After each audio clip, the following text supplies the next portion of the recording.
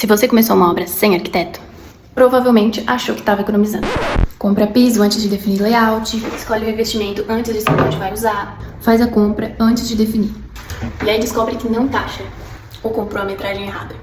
Acaba deixando decisões importantes na mão de quem só executa. E ninguém tá ali pensando nas decisões técnicas, no conjunto do todo. Muitos clientes chegam assim, com a obra em andamento, com decisões mal resolvidas e com um custo além do previsto. Já nesse ponto, o arquiteto não evita mais o erro, ele tenta minimizar o prejuízo. É por isso que o projeto vem antes da obra e não depois dela.